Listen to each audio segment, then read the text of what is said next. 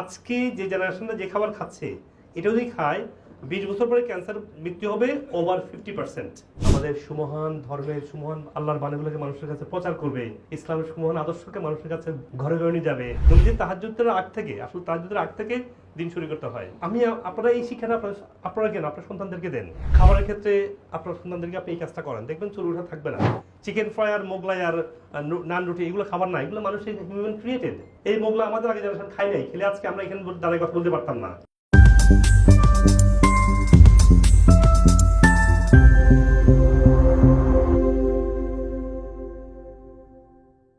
সম্মানিত doctor Mujibur Rahman sir, আমার সামান্য একটা প্রশ্ন আছে, সেটা হলো প্লিজ। আমার ছেলে বয়স 22 বছর, তো বিএসসি ইঞ্জিনিয়ারিং পাস করেছে। এবার ওর কোনো সমস্যা নাই, সে আল্লাহ দিলে ফিজিক্যালি ভালো, তাই মাঝে মাঝে দুই একটা চুল মাথার থেকে উঠে যায়। এর কোনো চিকিৎসা এখানে আছে কিনা, জাস্ট এটাই জানার জন্য আমার। ও মাঝে মাঝে আমাকে প্রশ্ন করে, বাবা আমার চুলটা উঠে যায় কেন, দুই একটা চুল উঠে মাঝে মাঝে দেখে, এটাই প্রশ্ন আমার। এর কোনো চিকিৎসা এখানে আছে কিনা, এটাই হলো। আর কোনো দেখুন, রিসার্চ বলছে আজকে যে জেনারেশনটা যে খাবার খাচ্ছে এটা যদি খায় 20 বছর পরে ক্যান্সার মৃত্যু হবে ওভার 50%। পৃথিবীর প্রায় অর্ধেক মানুষ অলরেডি হার্ট ডিজিজে মারা যাচ্ছে, অলরেডি বা স্ট্রোকে মারা যাচ্ছে। বলা হচ্ছে 20 বছর পরে বাকি মারা যাবে ক্যান্সারে। তাহলে স্বাভাবিক মৃত্যু কোথায়? মানুষ কিভাবে অটোইমিউন বা ডায়াবেটিস বা অন্য রোগে মারা যাবে? তাহলে প্রত্যেকটা মানুষের অকাল মৃত্যুর দিকে চলে যাবে যদি আমরা এই খাবারটা খাই। আর তাই বলছিলাম যে আমরা এই খাবারটা যদি আজকে জুসরাই খেতাম, ছোটকালে খেতাম, আমাদের আজকে তাই হতো।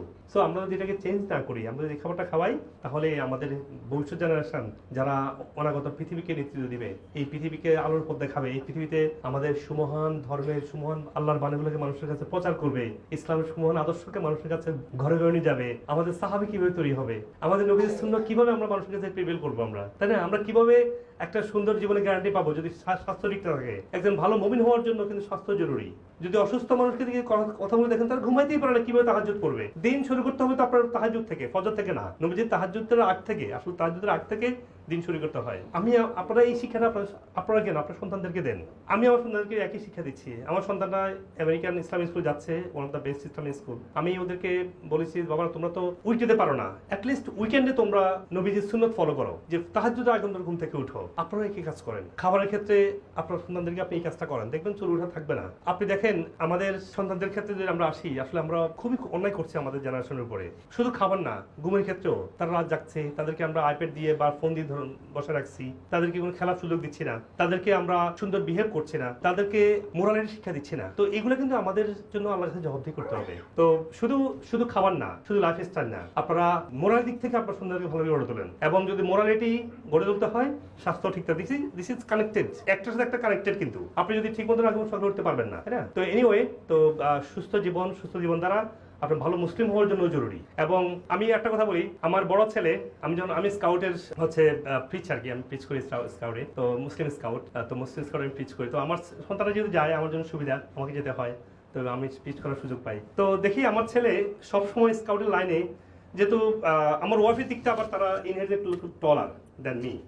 তো আমি আশা করছি আমার ছেলে যে বাড়ি স্ট্রাকচার বা আমি যেটুকু আন্ডারস্ট্যান্ড করছি তার জেনেটিক্যাল কন্ডিশন যা দেখেছি, সে একটু আশা করছি সে একটু লম্বা হবে, পিছন দিকে হবে, সে দাঁড়ায় সামনের দিকে। তো আমি তাকে চিন্তা করলাম যে তাকে আমি স্টেম সেল থেরাপি দিই। তাকে আমি স্টেম সেল থেরাপি দিলাম, সে 3 মাসে 4 ইঞ্চি গ্রো করছে।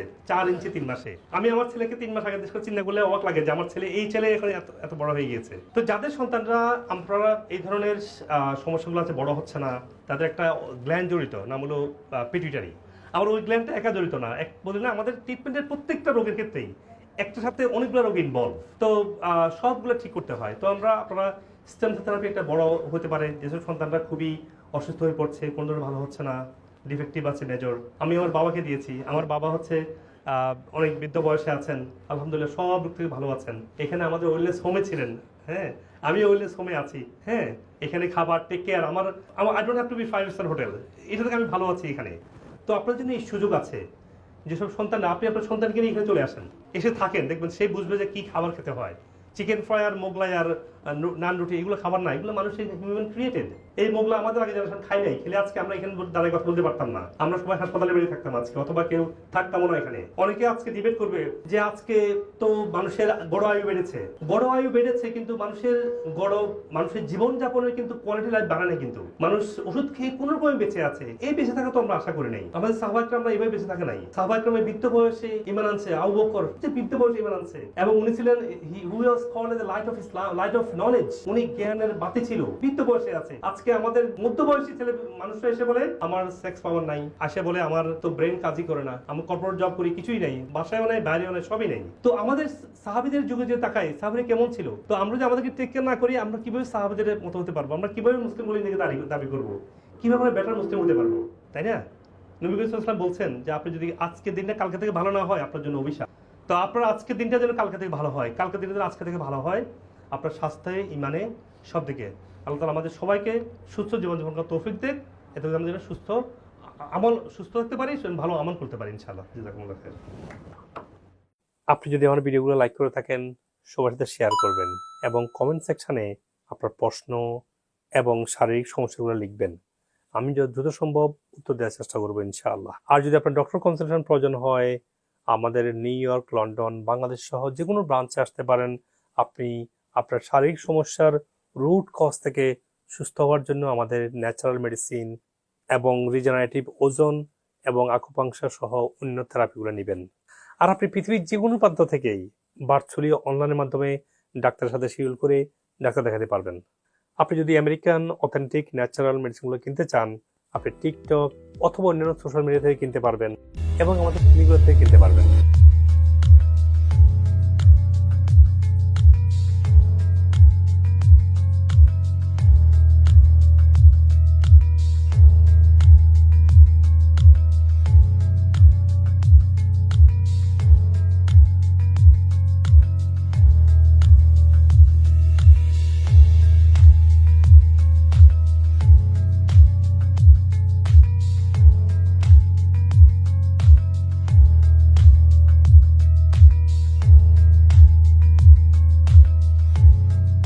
ভাই আসছেন, উনি জাস্ট ওনাদের অভিজ্ঞতা শেয়ার করতে আসছেন যে চুল পড়ার প্রবলেমগুলো চলে গিয়েছে। আমি ছাত্র জীবন থেকে রুচি থাকতো না, এবং ছাত্র জীবন থেকে আমি সিরাপ দিয়ে শুরু করেছি। আপনার এই ভিডিওগুলো দেখি, এখন ঠান্ডা কি এখন কোনো মেডিসিন নেই। আলহামদুলিল্লাহ।